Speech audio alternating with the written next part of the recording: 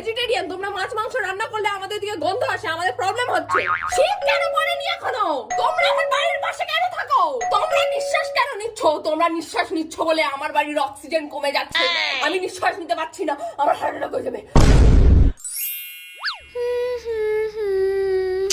সকাল থেকে কি যে করব কিছু বুঝতে পারছি না, ভাল লাগে না। বরং যাই একটু ঘোষালদের বাগান থেকে ঘুরে আসি।